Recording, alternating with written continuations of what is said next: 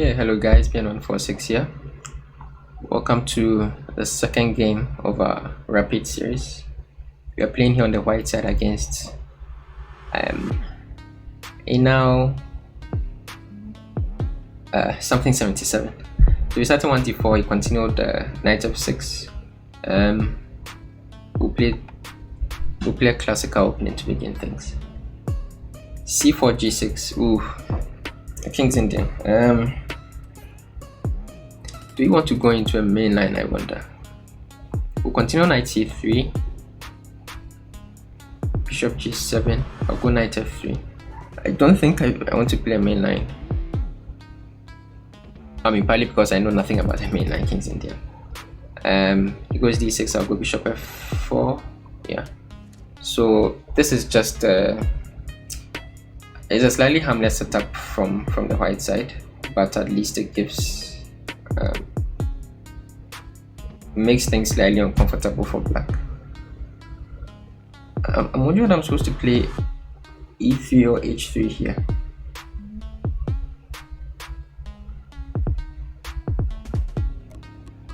I think h3, and yeah, it's not the most ambitious setup for white, but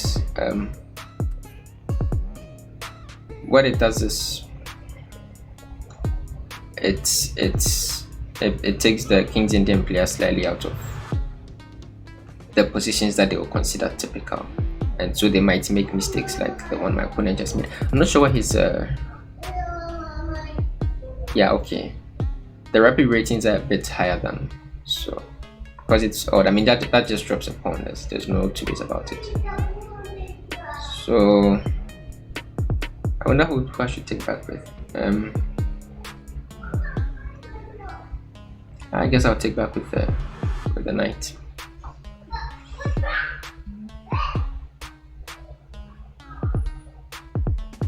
So I'll just complete development and try and consolidate now, because I'm behind, slightly behind in development maybe.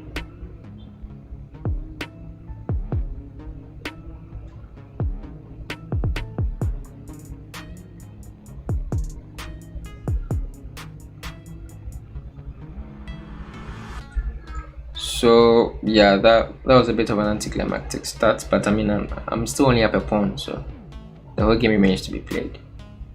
But yeah, so knight h5 is not a bad move. I'll draw my bishop back to h2. I'm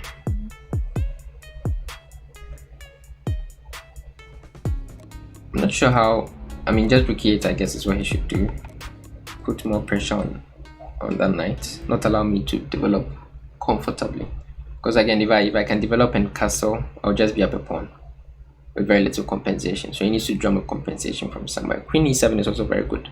Puts the same pressure on the knight, threatens to bring the rook here.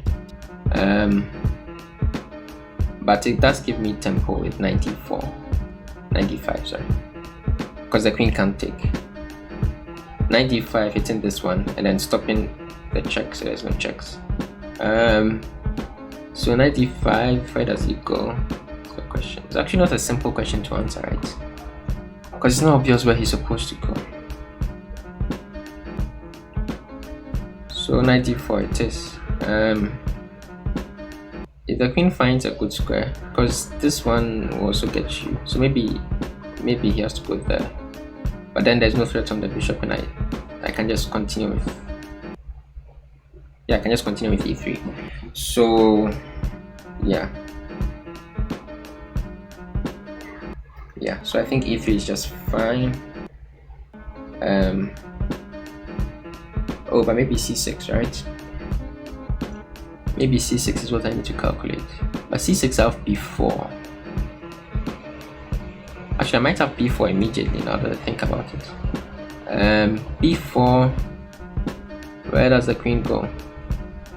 Right, it's not too simple.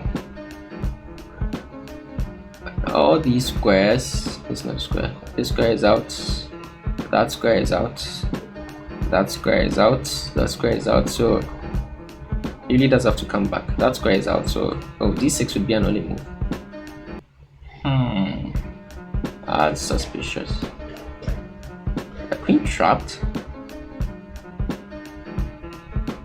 Or maybe trapped is a strong word, but at least I'll have like a knight c7 with tempo at some point. Anyways, I'm playing b4 for sure. For sure, I'm playing b4.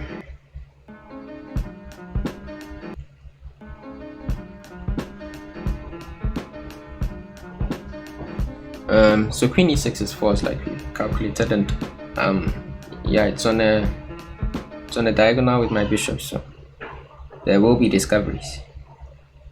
Of that we can be sure. It's actually not clear that there's a good discovery.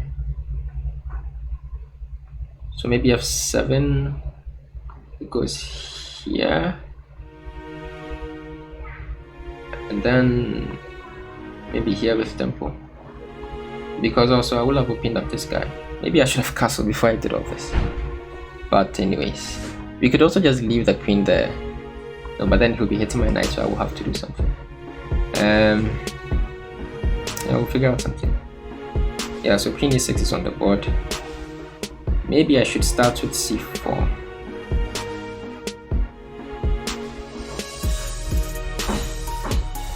Maybe. So c4 and knight move. Let's see.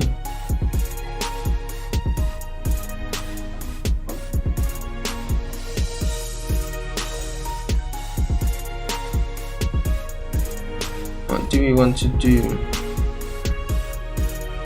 Well, now we're having a lot of fun, but if you don't get something concrete, I have opened up this stuff and that guy is hanging, so could easily land in trouble.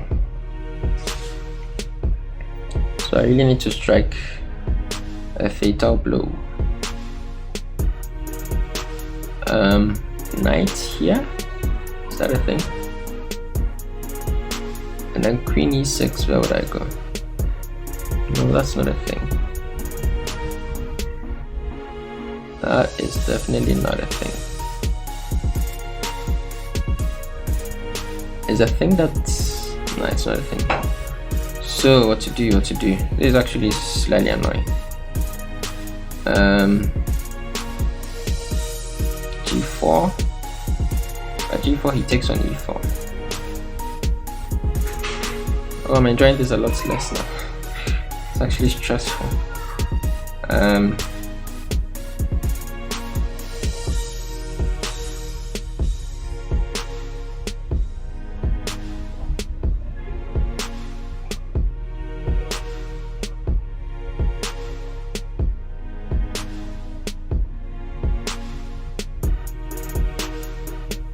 Am I missing something obvious or something?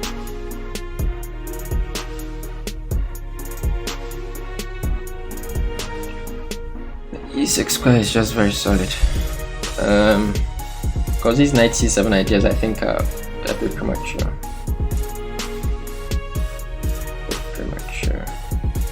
So maybe I just ignore it. Maybe I just go like f4.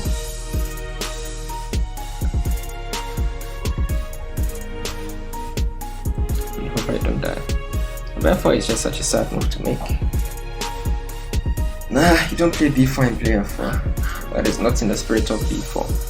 Should probably have delayed b4, but once I have played b4, I do have to move that knight, or at least do something as productive. I don't have time to move my rook away, so yeah, I just have to move the knight. There's no two ways about it. The knight has to be moved. So what to do?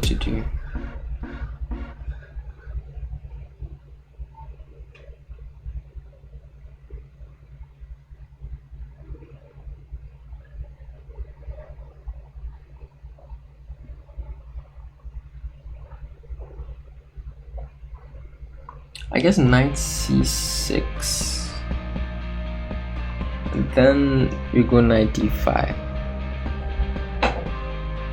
after queen e6. The point of course is that the queen cannot take because of here and fork down, so queen e6 remains the best move. Then I block the diagonal with tempo on the queen.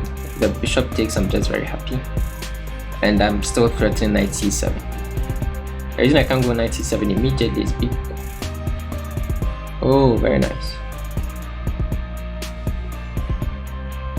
It's just forced. Okay, he found a clever out, so now the queen can take the guy, and he's doing just fine. Okay, that was a good out. He found a good out. Do I still want to go knight d4? That's not out yet. So e3 or e4. Let's go yeah, let's go e4, right? I mean, if we can, we should. Why not e4?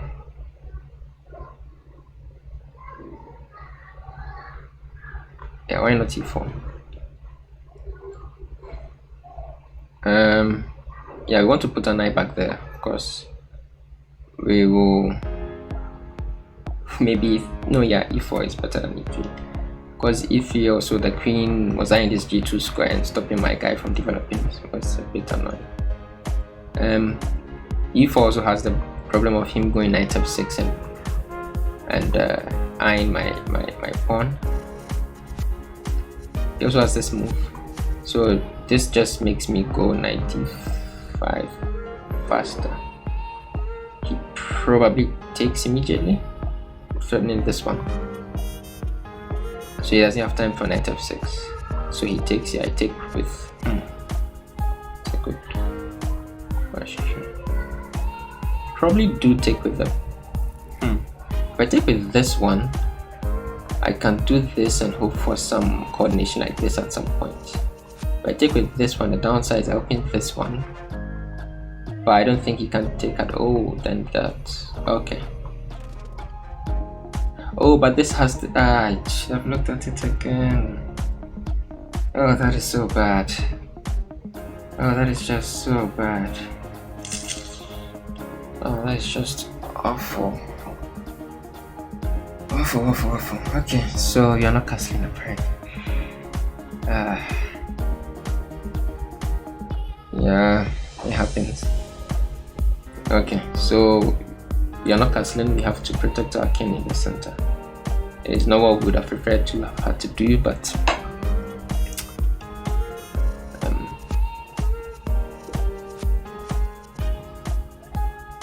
yeah, it happens. The good thing though is that I think I'm getting a passed pawn no matter what he does. The bad thing is that the passed pawn is in the center and so is my king. So by the passed pawn I mean this d pawn, because the bishop is already eyeing that guy. If he ever moves, I just push and get a passed pawn, and if he lets me take, then I can just start pushing. So my king is in the center, man. Yeah, so here I want to take, but yeah, like giving something like queen c4 is a fuck. My king is in the center. King is not supposed to be in the center.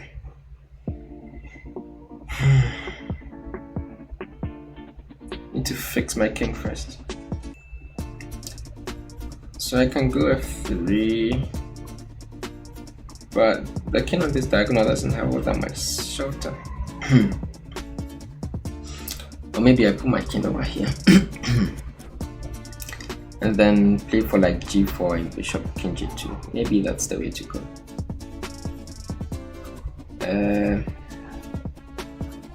Maybe that's the way to go.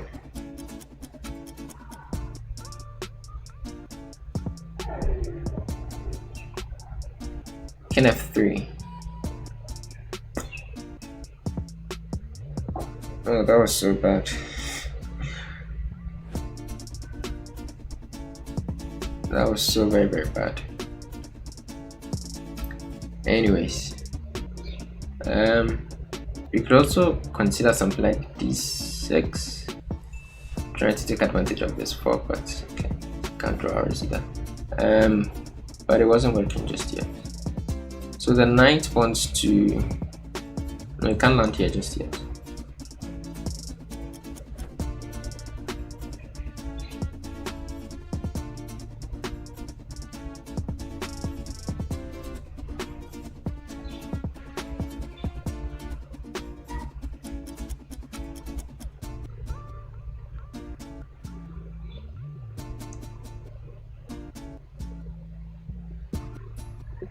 I guess maybe I start with bishop b3, so that now at least I am threatening to actually take on c7,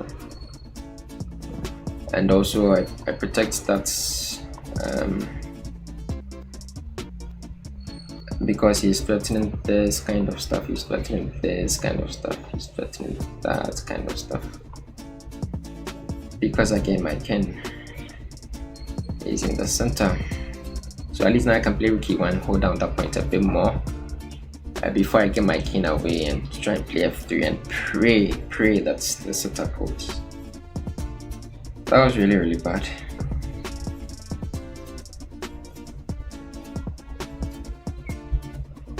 Okay, so now I think I really am threatening to take that pawn finally.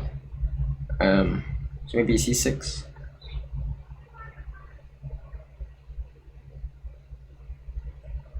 c6, I don't know, maybe I push, maybe I take. Both actually look fine.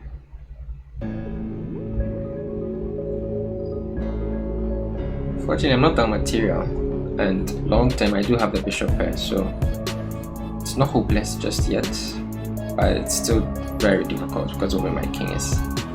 Actually, I'm just now seeing the move f5, and that might be a problem.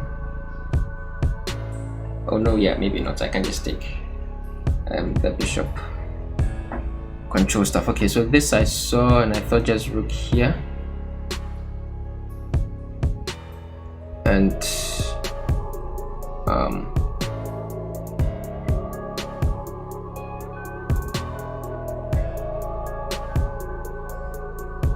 he's not actually threatening anything, but I still don't want to take on c7 just yet. I want to consolidate a little bit more, so like g4, bishop, king g2, f3. Maybe it's all not necessary, but you know, better safe than sorry. King safety is one of those dynamics you just don't want to mess with. A weak king can lose you everything very easily, so we don't mind taking the time out to play these kinds of moves. Although it's rapid, I still manage to very regularly get into some sort of time trouble, and constantly down on the clock, at least 2 minutes. It's horrible time control, horrible time management, but yeah. So he finally goes c6. I was trying to decide between taking and pushing.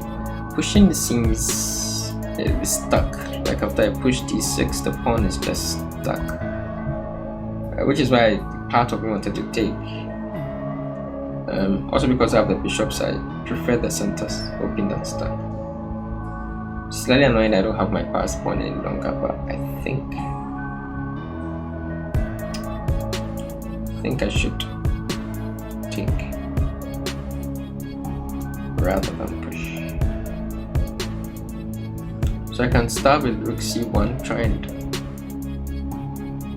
and make some threats, make him defend something. He's been attacking me for too long. It would be nice to also be on the front foot for once. There may be a point where I want to play e5, maybe.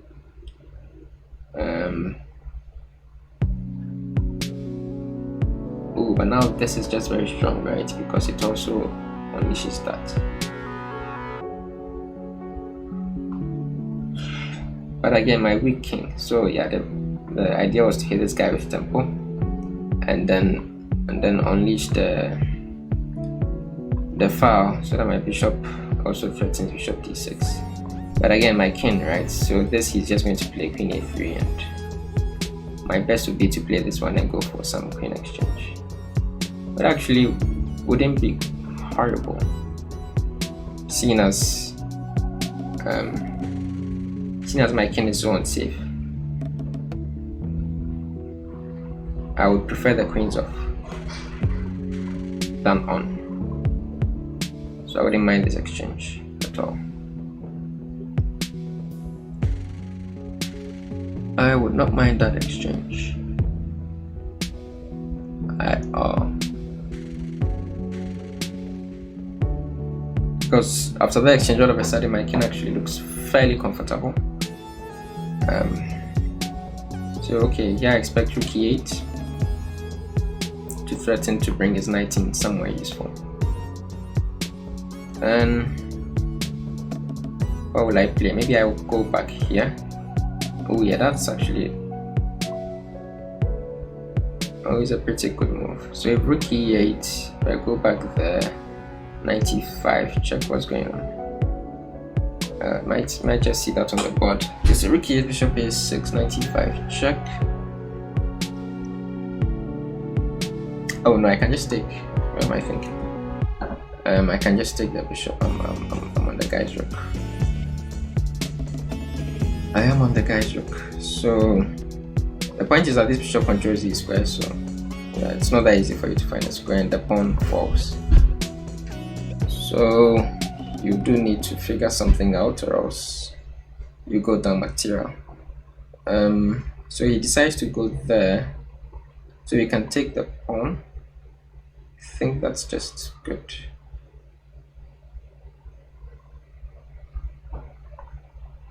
And the point is we are attacking this guy, so we are tethering the other knights to this knight. So this knight can't really move freely because either of these two moves would be hit by, oh, he just missed, it would be hit by this, and then the knight is just hanging. Okay, so that's just a piece, and you should go on to comfortably win this one. It's gone on much longer than it should have. So the rook is attacking this guy, can play bishop c4 and turn it on him. I think that's just the simplest. The rook doesn't have this check, so maybe he checks here, but I can just maybe play bishop b3 or even rook e3. And yeah, that should be a comfortable GG's.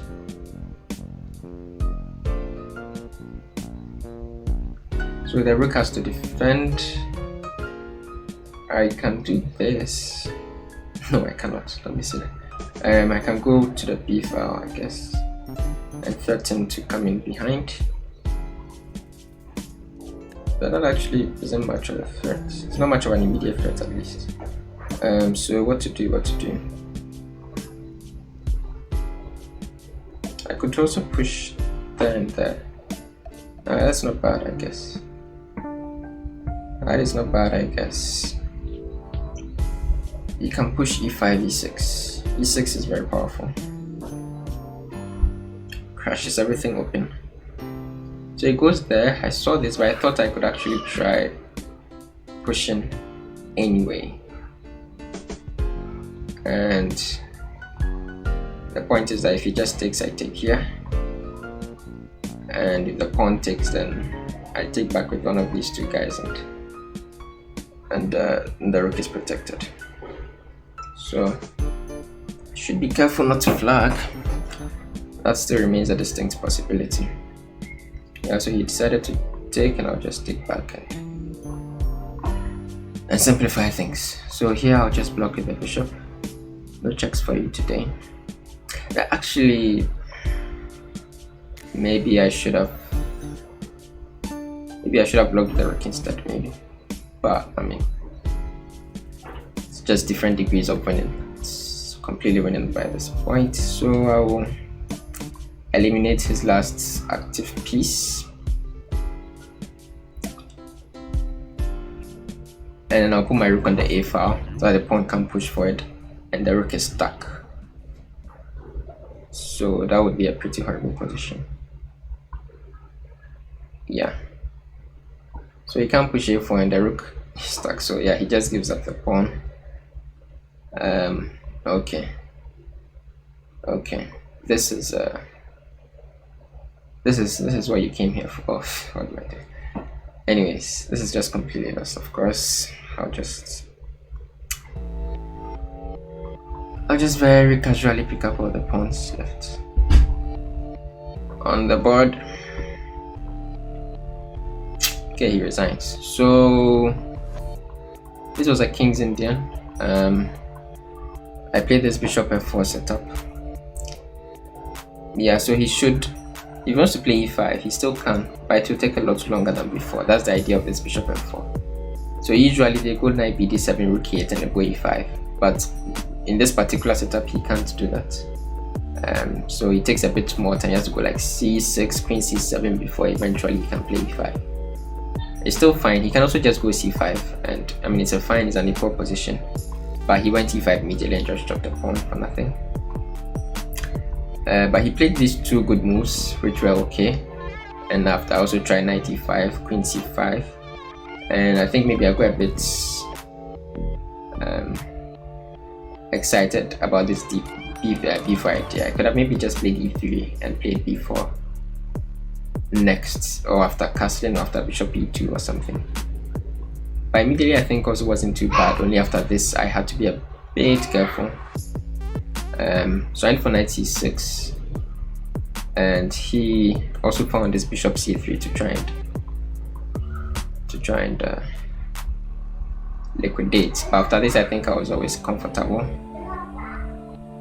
And oh yeah, this happened actually. So here I missed something